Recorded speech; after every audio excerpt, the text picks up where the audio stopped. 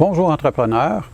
Vous avez probablement été un peu intrigué par le titre de cette vidéo, là, « Augmentez les salaires et faites plus d'argent ». Ce n'est pas un canular, c'est tout à fait vrai. C'est un conseil que j'ai fait à des dizaines d'entrepreneurs depuis maintenant plus de 20 ans que je fais de la consultation. Et les plus audacieux d'entre eux qui ont décidé de passer à l'action s'en sont frottés les mains par la suite parce qu'ils ont fait effectivement beaucoup plus d'argent en suivant le conseil que je vais vous expliquer dans cette vidéo-là. Juste pour vous mettre en contexte, je vais vous faire un petit scénario que de ce temps-là, je vois souvent avec mes clients. Alors, le client, le PDG, l'entrepreneur me dit mon usine, elle roule à pleine capacité, puis malgré ça, je ne fournis pas à la demande, je suis obligé de refuser des commandes. Puis là, je me demande, je devrais-tu agrandir, devrais-tu déménager dans quelque chose de beaucoup plus grand? Là, je me questionne.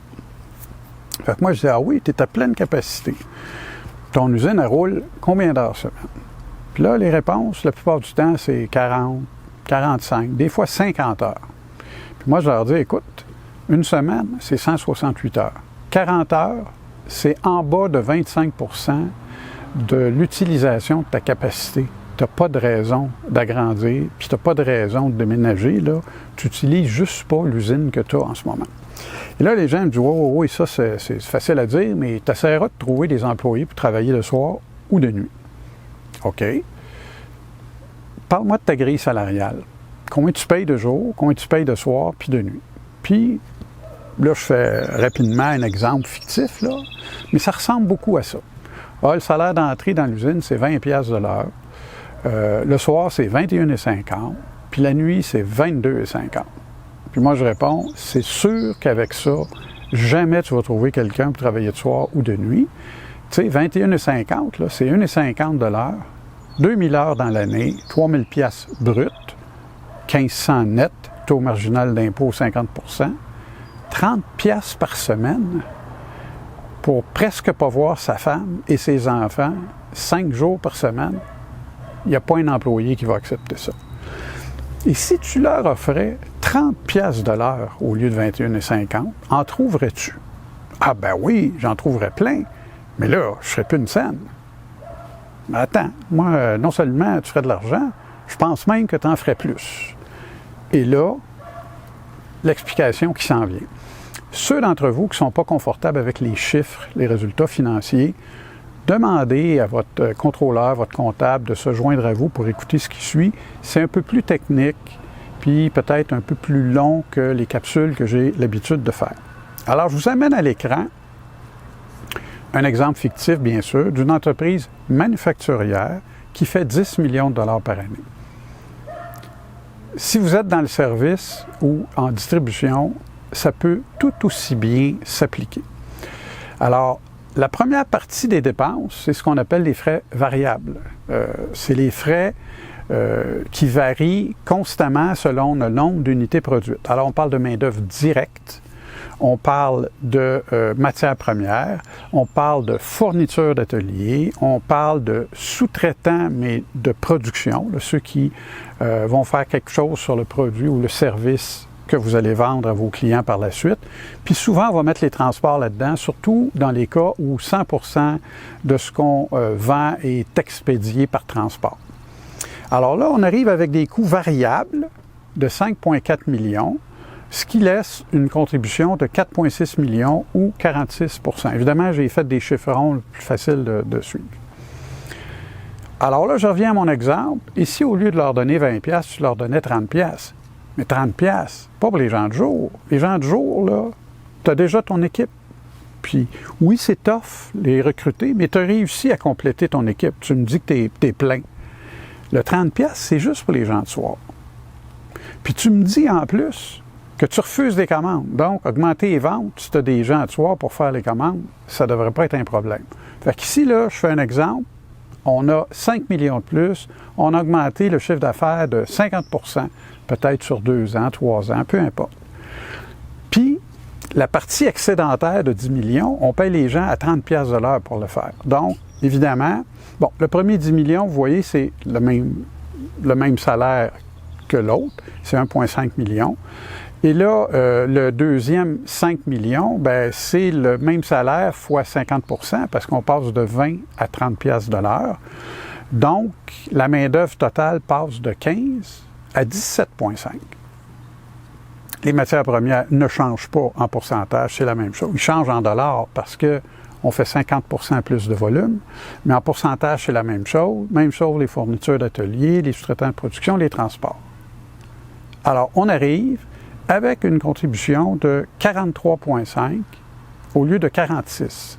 Déjà là, je suis sûr que vous êtes surpris parce que la contribution ne diminue que de 2,5 %. On continue. Qu'en est-il des autres frais de production? Ce qu'on appelle les semi-fixes ou les fixes. Alors là-dedans, il y a la main-d'œuvre indirecte, c'est-à-dire des gens qui travaillent 100% en production, mais qui ne produisent pas eux-mêmes, c'est-à-dire les directeurs d'usine, peut-être un directeur qualité, des contremaîtres, etc.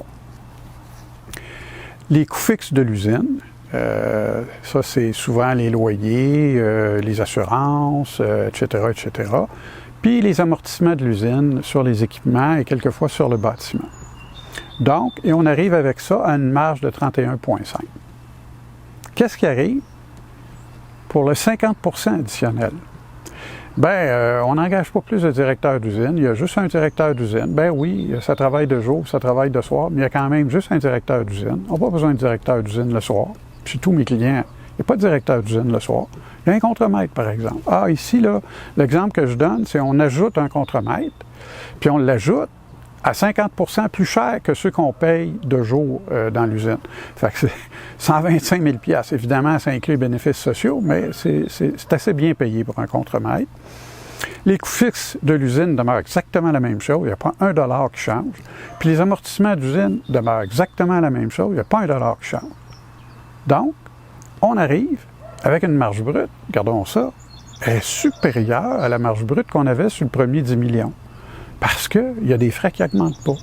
Fait qu'on a non seulement récupéré les frais variables supplémentaires qu'on a eus, on fait même un peu plus d'argent. Allons voir les autres frais. Vente, administration. Alors, salaire de vente, les bonus de vente, les frais d'administration, là-dedans, il y a des salaires, il y a toutes sortes de choses, il y a des dépenses, de fournitures de bureaux, etc. Les frais financiers à R&D. Alors, si j'ajoute un 5 millions, salaire de vente, ici, j'ai supposé que, parce que l'entrepreneur me dit au départ, je refuse les commandes, là, je te prévenais fou, là, ça me sort vers les oreilles. J'ai peut-être pas besoin d'engager un autre vendeur dans une situation comme ça. Si dans votre cas, parce que j'aimerais ça que vous mettiez vos propres chiffres là-dedans, si vous pensez que vous avez besoin d'un autre vendeur pour aller chercher ça, mettez-en un autre. Ici, il y a juste le boni des ventes que j'ai fait augmenter de 50 % parce qu'évidemment, le volume est plus grand, le boni va augmenter. Les frais d'administration augmentent, mais pas de 50 %. Hein? On n'a pas besoin de 2 contrôleurs parce qu'on a 50 % de ventes de plus. Là. Un fait la job. Ça se peut qu'on ait besoin d'une adjointe supplémentaire. C'est pas un salaire énorme. Ça se peut qu'on ait besoin d'un petit peu plus de fournitures, etc., etc., mais pas tant. Là, ça ne suit pas le même rythme. Même chose pour les frais financiers, les frais de R&D. Ils augmentent eux aussi, mais jamais au même niveau. Ils n'augmentent pas de 50 %. Alors là, tout d'un coup, j'arrive avec un bénéfice net de 14,6 versus 8,8. Puis là, regardez, là, en dollars, 875 000, 2 187 000. Puis là, vous allez me dire, ah là, Richard, t'as arrangé les chiffres. Mais chez mes clients qui ont tenté le coup, là, ça ressemble souvent à des affaires de même. C'est astronomique. Okay? Alors, moi, je vous suggère d'amorcer une discussion là, avec votre contrôleur, de mettre vos propres chiffres, de faire des hypothèses. Au besoin, appelez-moi. J'adore ça. On se fera un team ou juste un appel téléphonique. Au besoin, je me rendrai chez vous. La plupart du temps, il n'y a pas de frais pour ça parce que c'est des courtes conversations de 15-20 minutes. Moi, je ne charge pas ça. Puis, jouer là-dedans, c'est un grand plaisir pour moi. Alors, j'espère que cette capsule-là saura vous être utile et je vous dis à la prochaine.